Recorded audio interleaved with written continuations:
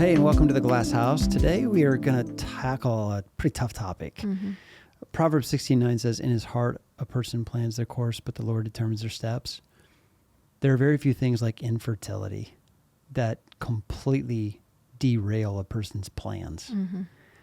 We have a daughter that's engaged, going to be getting married, and they're already talking about, their family and what children will be like. And you just never know if God has it planned for you to have a family of your own or how that story will play out. And so this issue of infertility, Lynley, I know we've walked with people through this. It's really tough stuff. Yeah, I mean, we mentioned on here with Doug that in all the episodes we've done, we've not tackled infertility yet because I feel insensitive talking about it because that wasn't our struggle. I feel kind of like I shouldn't bring it up because I don't want to sound boastful that, because we have talked about how fast we had our children. And so I imagine that's really hurtful. And we thought, you know what, this would be the perfect person to talk about this topic because he's experienced it. So we could just listen and learn instead of really talking at it from a, like we've experienced it perspective. This season, we're talking a lot about the emotions. And one of those most unpleasant is fear. Yeah. Fear of the unknown. What if my life doesn't turn out the way I thought it would? And I don't know that there's a topic that's more sensitive to the subject than infertility. Yeah. And so today we're going to be talking with Doug Brown from Uniquely Knitted, a ministry that is designed to help families who feel alone in this struggle. All this fear around them about, we had all this stuff planned for our family, and now what? I think it's interesting bringing it back to our family just a little bit in that when you do have children, you have all these dreams and prayers for them. And as they age and come into adulthood and have their own lives, you begin to fear that maybe my plan is not the plan that God has for them or even their plan. Before infertility is even singleness.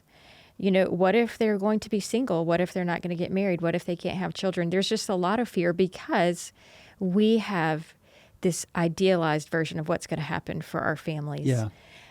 Or for ourselves personally. And then we have to surrender to God's plan. And, so many times God's plan is not our plan. We pray your will be done. But, I think secretly in our hearts, we hope God's will is our will. Yeah.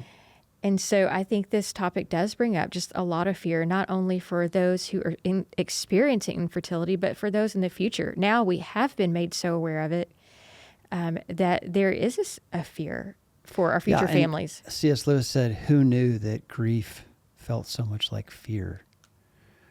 When he experienced great loss in his life, he was surprised how sadness quickly turned to fear. And so we are going to be talking some about sadness and loss of a dream, loss of a plan. Shame. But really, if we really had to boil it down to one emotion, we're talking about fear. And I love Doug's sensitivity around it. So I hope this conversation will be helpful to you. I really learned a lot. I hope you will too.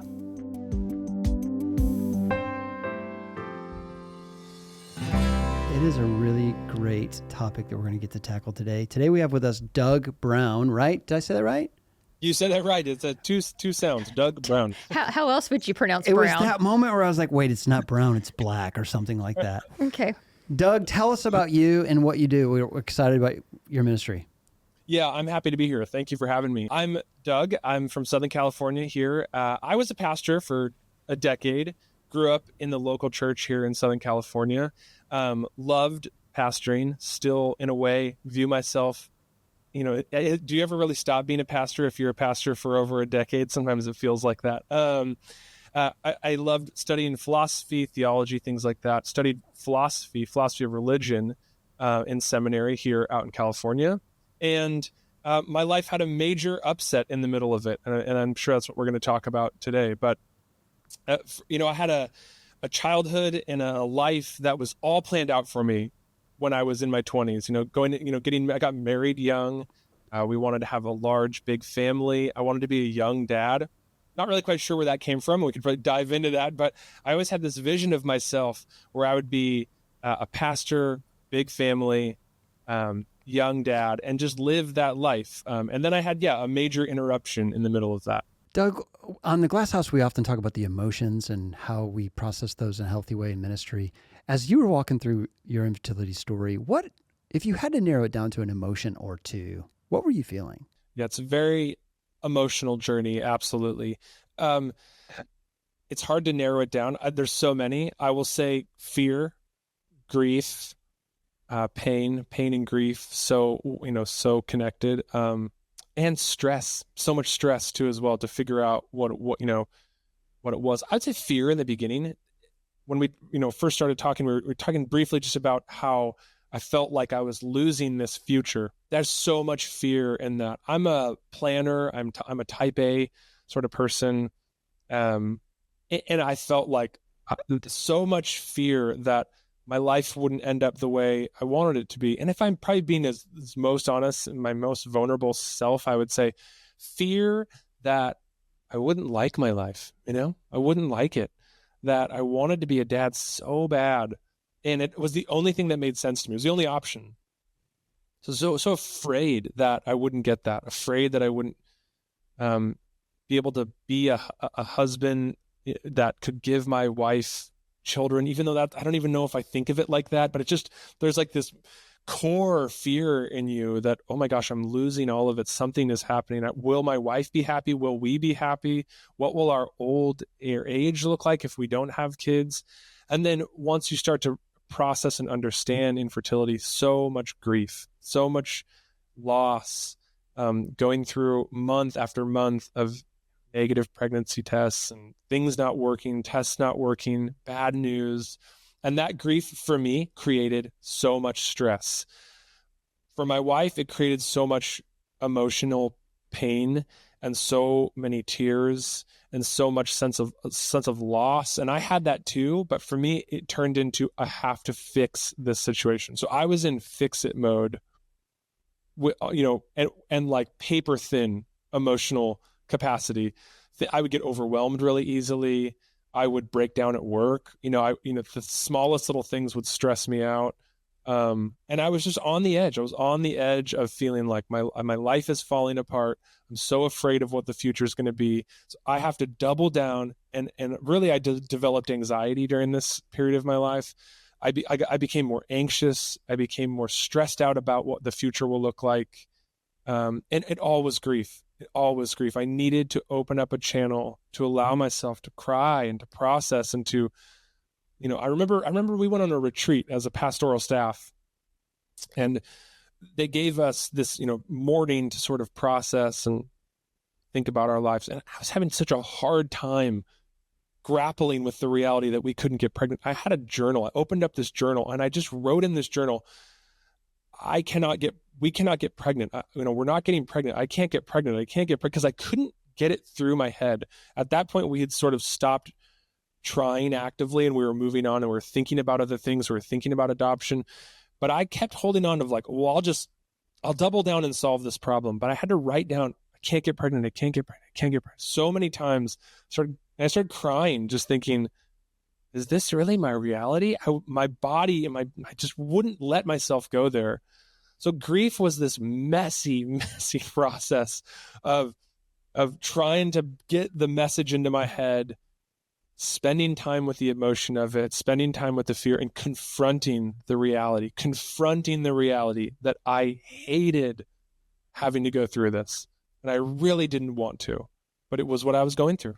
And getting that in was such a work. It was such a difficult work. It still is. It's interesting.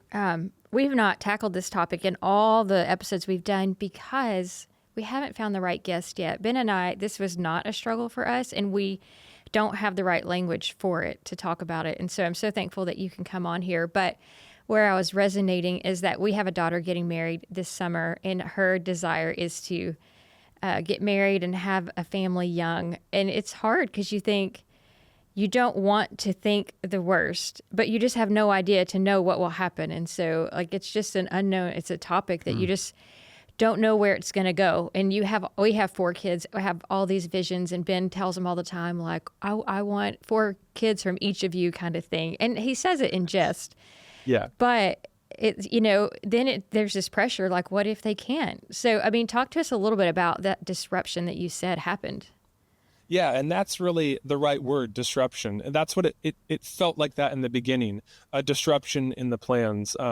Nobody expects to go through something like infertility. Nobody expects to go through something like a miscarriage. When I grew up, I had assumed without any problem, we would have as many children as we wanted.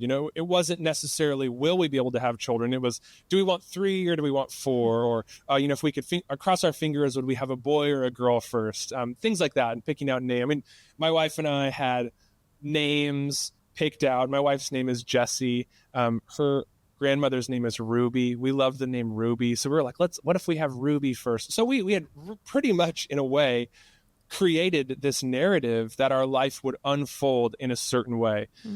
The challenge for us was to see ourselves start to drift away from that narrative. We had written it, and it was so beautiful and so God-breathed and wonderful and would have been such a blessing to us. And we almost kind of started to watch it drift off, like a ship drifting off into the sunset, going, what's happening? We were supposed to be on that ship, sort of. We were supposed to be going down that path. And that's what happened. We the months of trying turned into, almost a year of trying, and we figured something might be wrong. And then very quickly, after going to doctors and doing some testing and things like that, found out that we both suffer from major infertility issues. I myself struggle with male factor infertility.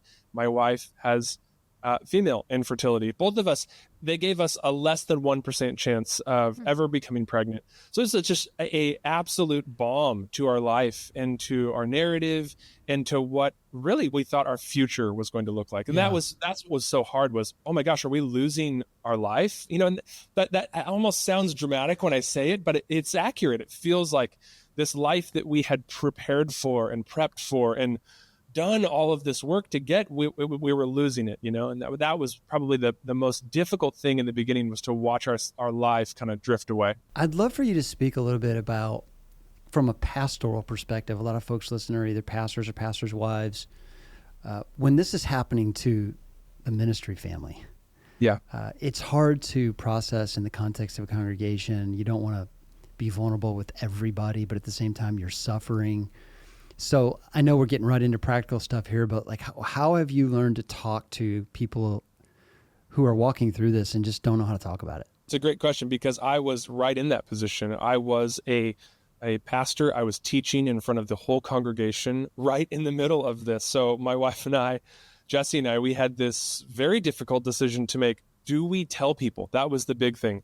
Do we cross our fingers and pray and kind of just be faithful and wait and then tell the story after it's resolved, after we have 4 kids and we look back and say, yeah, this is what we went through? Or do we in real time bring people into that? I don't know if we decided to bring them in right away. Probably too soon. I just poured my heart out on stage, cried. It was emotional. It was very difficult to go through that.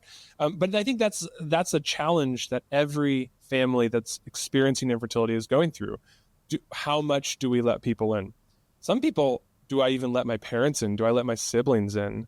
Because it's so painful. And there's this temptation to think, well, it's right. It could, next month, everything could kind of just work out, Right. You could become pregnant, and maybe we'll wait and see what happens. But then that waiting gets longer and longer. And that's how you start to get this suffering in silence sort of situation that happens, that isolation. Many families, especially in the church, when you're leading and teaching and you're wondering, when do we let people into this? Should we let people into this very personal, very painful thing? Let's give it another month. But then that's how you end up 18 months down the road, really suffering now I'm going to have to bring this thing to, my elders, my coworkers, my friends, my family, and the congregation. And it's been this thing that's been weighing me down, and I'm going to have to tell this year-long story. So it's a very challenging situation for everyone to be in. Point of the Glass House is to bring up topics that are not really talked about. Yeah. My question is, when you begin to talk about this from the pulpit or from this stage, was there negative feedback, or was it all, because a lot of times what we find in our episodes is that people are actually very thankful that we're talking about it.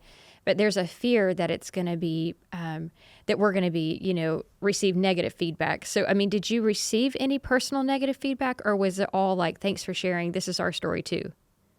Absolutely. I think it was totally positive. I would say, overwhelmingly positive. I think the thing that was difficult was that the feedback wasn't necessarily helpful, if that makes sense. A lot of people are afraid to share that they're struggling to get pregnant or they're struggling with infertility because of some of the cliches that they hear or some of the things that people want to offer to help that person, but don't necessarily feel good for, whether it's someone saying, it'll happen soon, don't worry, you'll be okay, things like that, kind of pushing off the grief and explaining away the pain that person's feeling. So I think that's actually what held me back, and what was difficult for me was not that people were ever upset that I shared or felt like, I was being inappropriate by sharing. It was always, oh my gosh, yes, I'm so sorry you're going through that.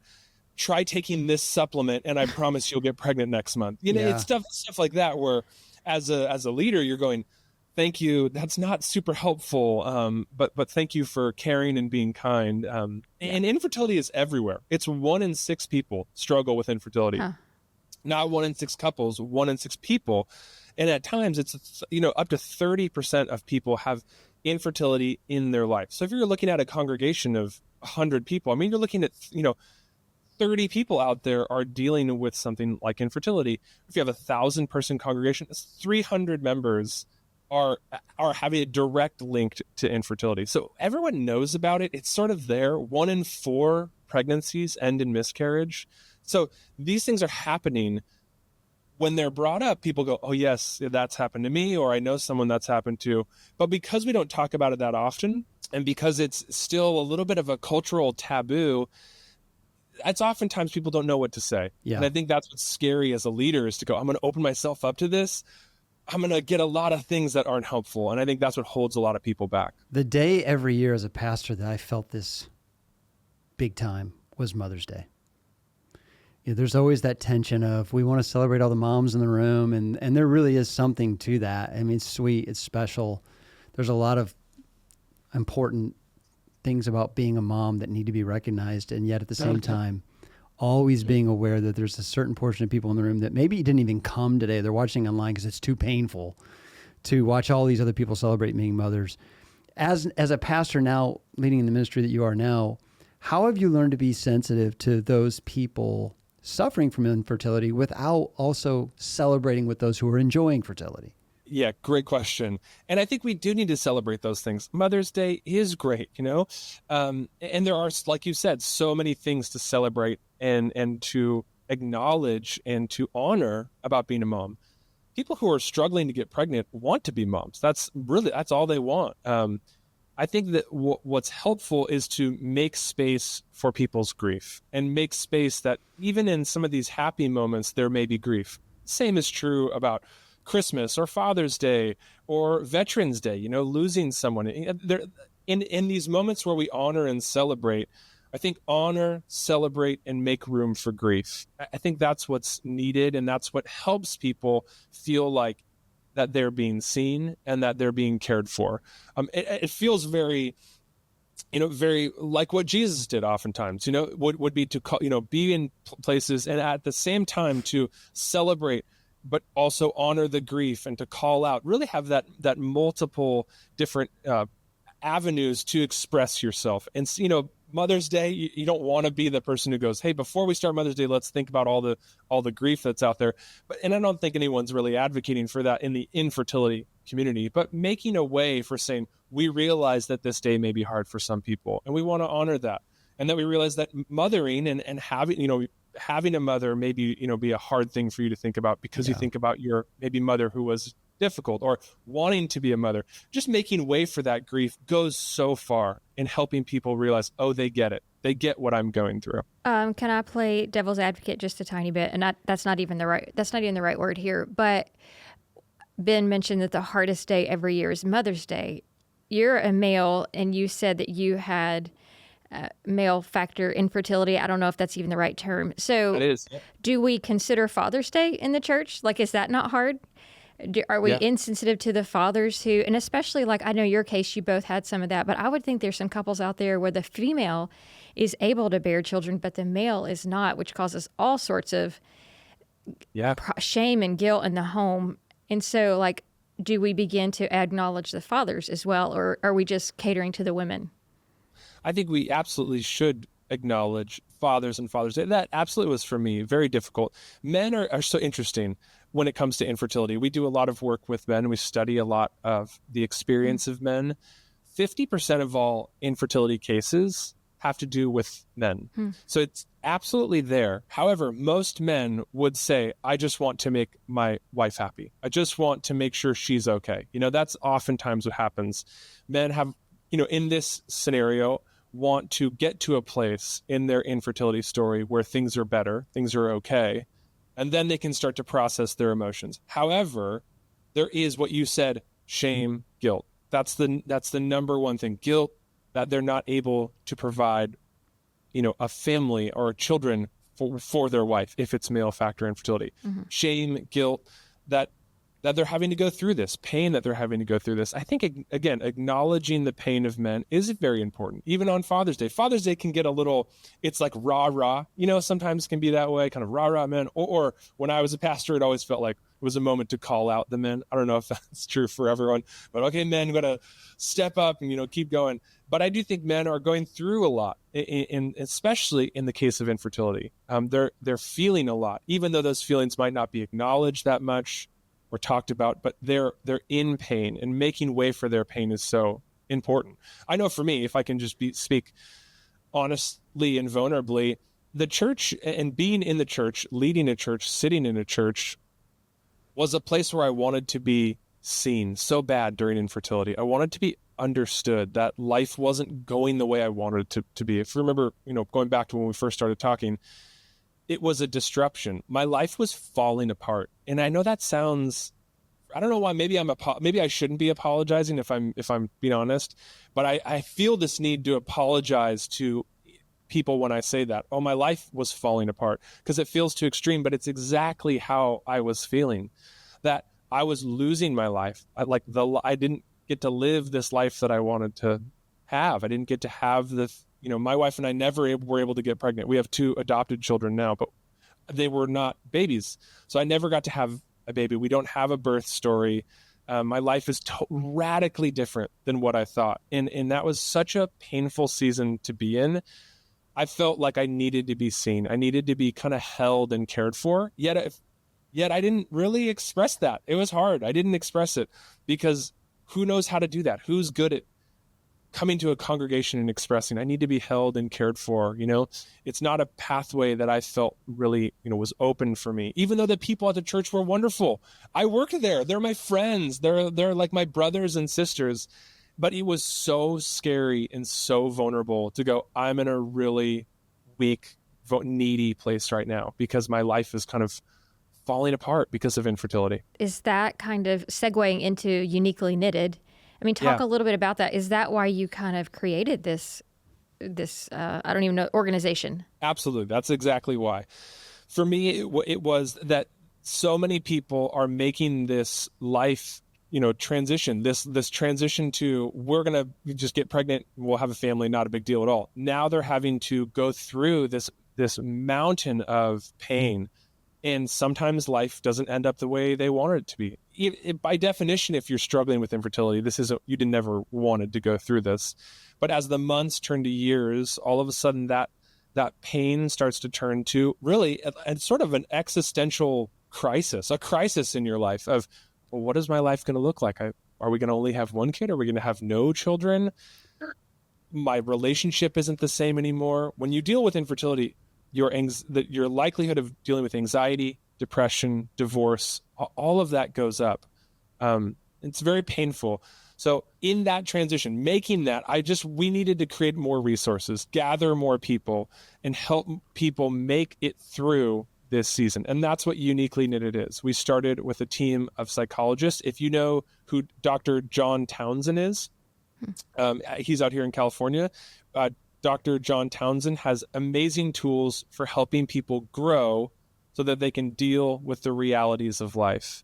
And that's exactly what we wanted to do was, so we've really in a lot of ways partnered with him and taken some of his growth model to say, okay, we're going to deal with the realities of life and grow together in groups.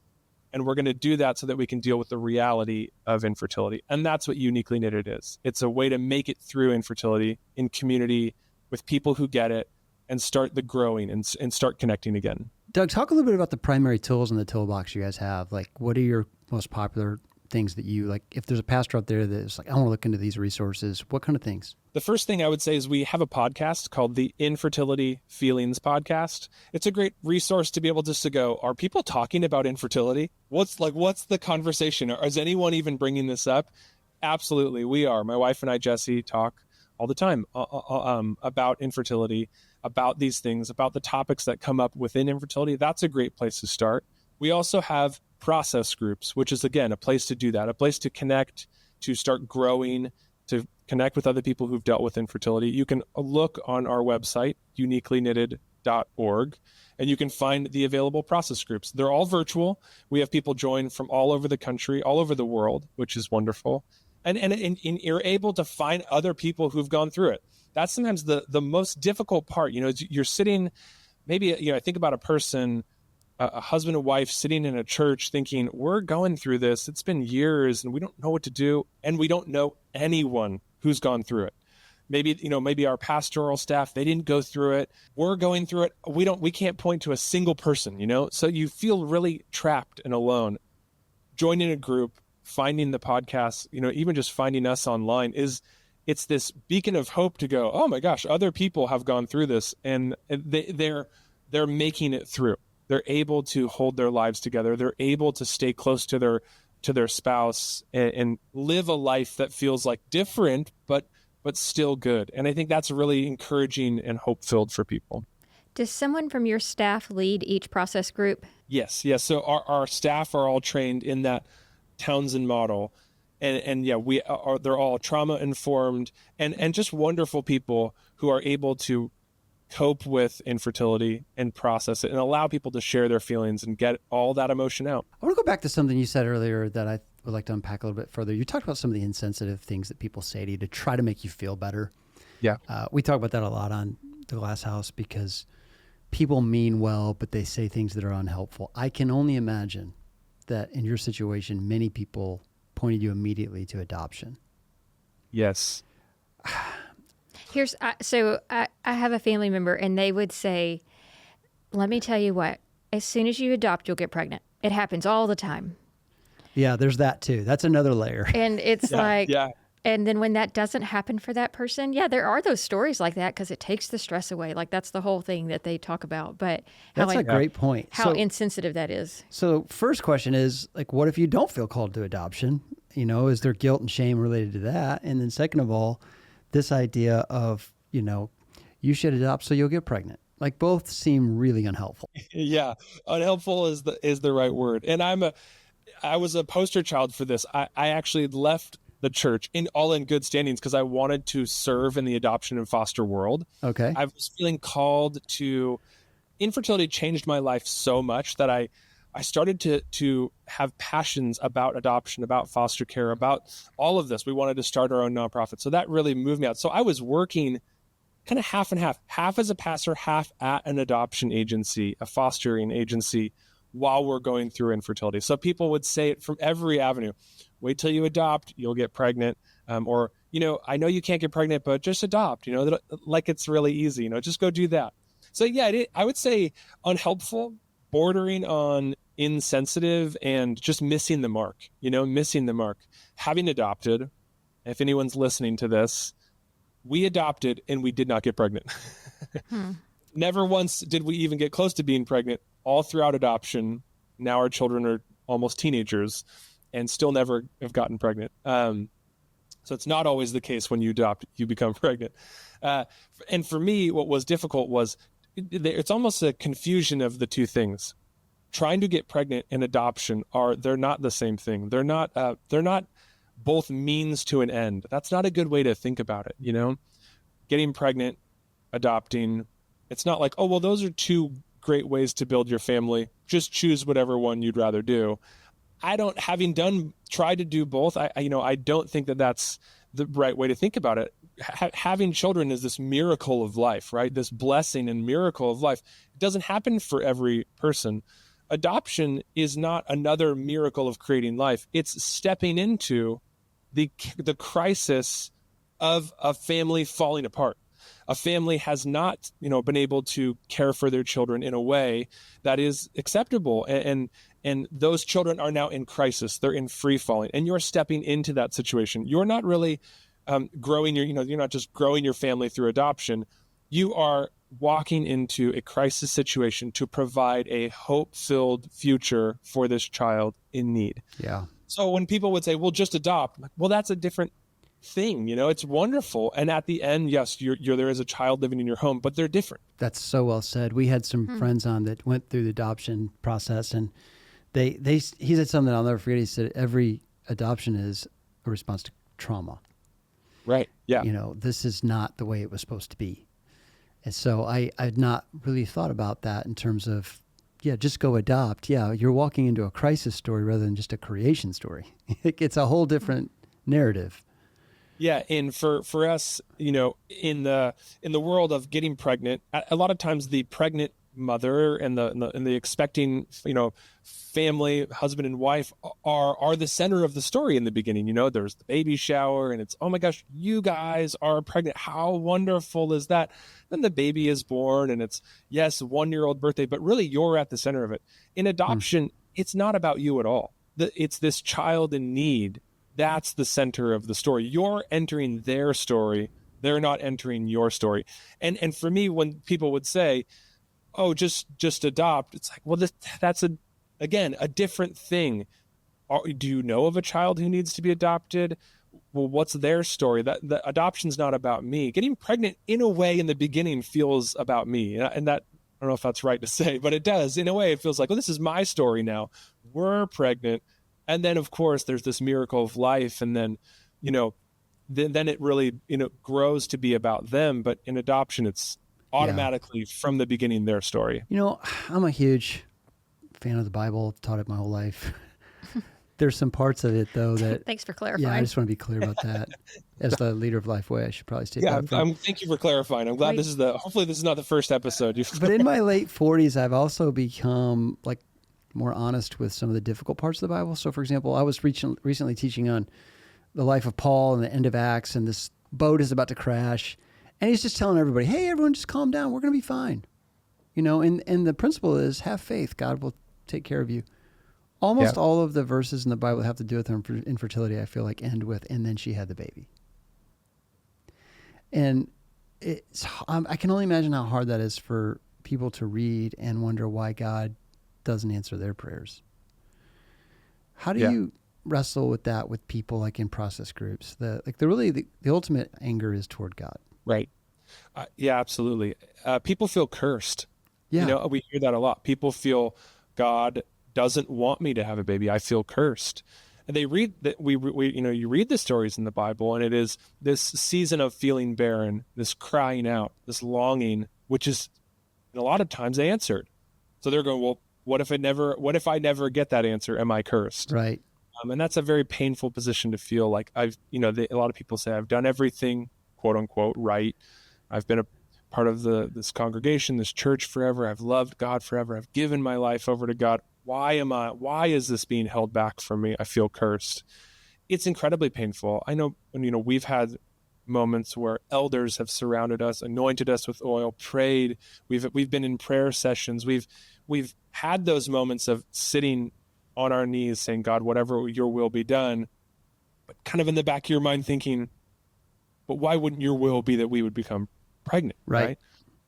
And then it never happens. There's this sense of having to wrestle with this fundamental philosophical question: why do these painful things happen to people who are seemingly children of God, followers of God? We're children of God. We're lovers of Jesus. We're in the church. Why are these bad things happening to us? You have to wrestle with that philosophical question. It's very, very painful. There's theological answers.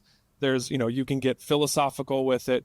At the core of it, though, is an emotional grief, an emotional grief that needs to be expressed and needs to get out. Have to connect with people and look at other people and say, am I a bad person? Am I cursed? And you have to have that emotional exchange because it is so hard to deal with. That's what I think, that a lot of people struggle with their relationship with God, struggle with their faith, struggle with their relationship with the church because of how hard it is to grasp that, how hard it is to sit in that feeling of oh my gosh. And part of that is because when we preach the Bible, we oversimplify it often. Ask, you have not because you ask not. Yeah, that's in the Bible. Yeah. But there's some challenges to taking that at face value every time. Yeah. The natural place to go with our shame is to simply look back and find something we did wrong in the past and assume that this is God punishing us for that. Exactly. It's the who sinned, this man or his parents. You're something had to have gone wrong. And I think a lot of people who are dealing with infertility, especially in the church, are feeling that. What did I do wrong? What happened in my life? Is this punishment for something I did? Right. And it's very, very, I would say very difficult. If you're dealing with infertility and you're listening to this, or someone who is, we're saying, oh yeah, it's difficult to deal with. It's hard to express how difficult that is to get over. Yeah. Not get over is not even the right word. Cope with how difficult it is to cope with that and to embrace. It might not be that I did anything wrong. It wasn't my sin or someone else's sin. This is just my reality. How do I cope with this reality? Very difficult. Did you mention earlier that there is an elevated divorce rate when people go through this sort of struggle? I mean, I know there is when families have children with handicaps or they lose a child, assuming this is the same thing? There is. Yeah, there's an elevated anxiety, depression, isolation, and divorce rate. Absolutely. A lot of it comes down to wanting kids can be a deal breaker when you're dating. You're thinking about marrying someone and you have that conversation. It's kind of scary. Do you want kids? I want kids. That kind of maybe what brings you together in the beginning. Oh my God, you want 5 kids? I want 5 kids. And this exciting sort of we're compatible thing. A couple years into the marriage, you start to try and it's now difficult. This thing that was a deal breaker is now off the table for both of you. And if it's male factor infertility or if it's female infertility, we hear oftentimes people say, in their darkest, most tender moments, this isn't something that, they're proud of or they say quickly, but in their most tender, grief-filled moments, they can get to a place of being in such pain where they say, you can leave me. You can leave me and go have kids somewhere else. I know I didn't want this. I feel broken. Just let me be broken and you go where you need to go. And many times, people say, no, absolutely not. We're in this together. But not always. Not always. Sometimes it is a riff that begins that says, well, I thought we were going to have a life that looked like this. And now we're not having this life. So people start to drift apart. Yeah. It's so hard to stay connected. And sometimes it's the exact opposite. They're brought together like never before. For every great story where people feel more unified, more connected, there are stories where people feel pulled apart and disconnected. Man, I love hearing you talk about this, and I'm sure there's going to be people out there that want to know where your resources are. So talk about your website and where people, once they get there, where do they look? Yeah, uniquelyknitted.org. Uniquely Knitted on Instagram, all those places, all of our socials and things like that. It's a website where we are doing lots of different things, where we do research. We have groups that you can take. There's resources that you can download. There's a podcast that you can listen to. Our whole goal is to help people make it through infertility, make it through this season of life. And what we have found that works best in making it through this season of life is to become a growing person, which I know that sounds, if you're listening to this and you're in the middle of your grief going, well, I don't want to become a growing person, but it's that, old saying of sometimes to make it through something, we have to grow into the person who can make it through that sort of thing. Infertility is a very difficult reality. How do we grow to be able to deal with that reality? A lot of our resources are to help people grow. And they're based a lot on John Townsend's work. And that's what you're doing. You're joining a group. You're going through these things to address, how do I live in my reality? How do I get my needs met by the people around me? How do I draw healthy boundaries with people when they're kind of beating me up? how do I take ownership ultimately of this difficult reality? Those are the 4 things that we look at in all of our resources. And they do help. We've helped thousands of people, men and women across the country, across the globe, who are finding community and going, okay, this is working. I needed to talk about this. I needed to process this. So uniquelyknitted.org or anything on social, you can find us. Really good. I have not read anything by Townsend. Where do I start? John Townsend's wonderful. He wrote probably his most famous book is called Boundaries. It's wonderful. He does a lot of leadership work. He's written, I think, 28 books, sold millions of copies. He's based out of Concordia. Yeah. He has an institute at Concordia. It's wonderful. And he's great. He wrote a book with Henry Cloud called, oh gosh, I don't want to get that wrong. They've written a lot of books. There's a book that we really love called People Fuel that John Townsend wrote, talking about how do we get these things in that we need through the people in our lives. How do we get this emotional fuel that we need to make it through these things from the people in our lives? You know, a lot of people we know when they deal with infertility, and this is probably true if you're involved in a church and you know someone who's at that church, they are grinning and bearing it. They are kind of white knuckling, holding on, going, maybe next month things will be different. Maybe next year things will be different. If we could just get to a place where we get pregnant, we'll forget all of this stuff and just kind of go back to life as normal. But they get depleted. It's to live like that and to just hold on and kind of pray something changes without getting people encouragement, the things that you need, hope, encouragement, containment, advice, all those the things that you need from people, acceptance, connection, compassion. Without getting that stuff in while you're going through infertility, you start to get depleted, you start to feel more isolated. Yeah, really good stuff. Well, Doug, thanks for being on the show. You're a delightful guy, and wish we could meet your wife too, maybe sometime in the future. It sounds like you guys are a dynamic couple. We would love to. Since it's the holidays, we're so all over the place, but it's been wonderful to meet with you guys. I love what you're doing. I love the community that you represent, and it's wonderful to make myself and make Uniquely Knitted available to people. We would love to serve. If you know of anyone, or if you yourself, if you're listening to this, have dealt with infertility, know that my wife and I, Jesse, and our community, we care about you. We love you. We're here for you. You're not the only one going through infertility, and there's a place for you to process all of this stuff. Really good.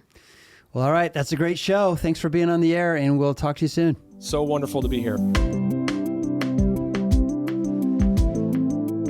The Glass House is executive produced by Angie Elkins, edited and engineered by Donnie Gordon with help from Nathan Howard.